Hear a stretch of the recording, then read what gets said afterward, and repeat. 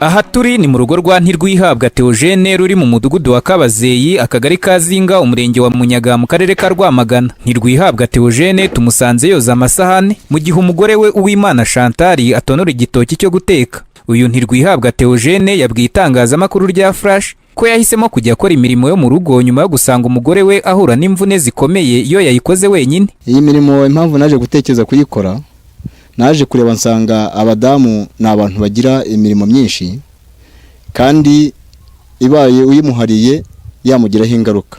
Icya mbere, ubona umudamu murekeye imirimo yo mu rugo yose yamunaniza ikamutera uburwayi bwo bita gucika umugongo, ndetse rimwe na rimwe waza wasanga mu rugo yavunitse cyane ugasanga ameze nk'uwarakaye, nta kindi cyamurakaje biturutse ku mirimo yabashe kugira yamuvunnye wenyine. Kuva kera mu muco nyarwanda hari imyumvire y'uko imirimo yo mu rugo nko koza amasahane, guteka, kumesa imyenda y'abana n'iyindi yahariwe abagore, ndetse umugabo ugaragaye ayikora bagenzi be bakamwita inganzwa. Icyakora Ntirwihabwa Theogene wavuga ko gukora imirimo yo mu rugo nta pfunwe bimutera, ndetse agasaba abagabo bagenzi be guhindura imyumvire bagafasha abagore babo iyi mirimo kuko ngo binakumira amakimbirane yo mu rugo.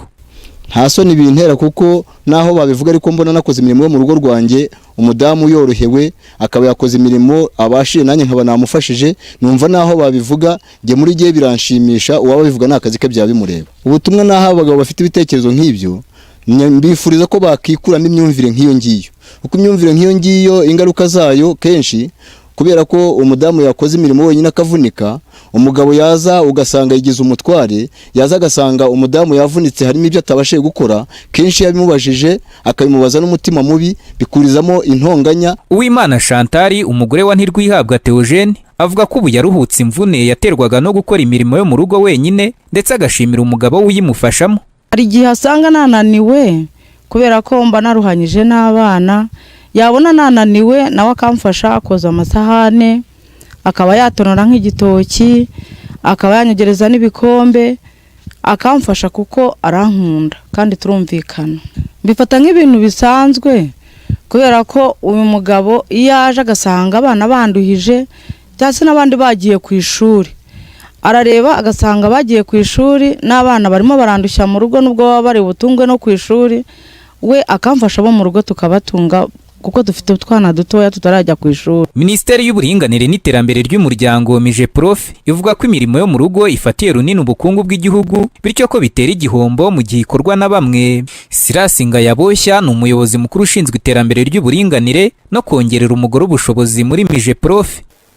Ubundi mirimo idahemberwa, ibyegeranyo birerekana ko burya ifite uruhare hagati y'10 na 39 mu mutungo w'igihugu, mu mutungo w'imbere mu gihugu. Ariko ni bibi igihombo mu gihe buri muntu wese adakora ibyo ashoboye kurusha ibindi. Ntabwo tuvuga ngo abagabo nibateke abagore bagire gutya, turavuga ngo igabana isaranganwa ry'imirimo ribe iribereye. Ubushakashatsi bwakozwe n'umuryango Action Aid Rwanda bugaragaza ko umugore wo mu cyaro akora amasaha 6 imirimo yo mu rugo kuri 2 y'umugabo. Ibi ngo bituma umubare munini w'abagore bo mu cyaro bahera mu bukene kubwo kutabona umwanya wo kujya mu yindi mirimo ibyara inyungu. Daniel Hakizimana, Flash TV.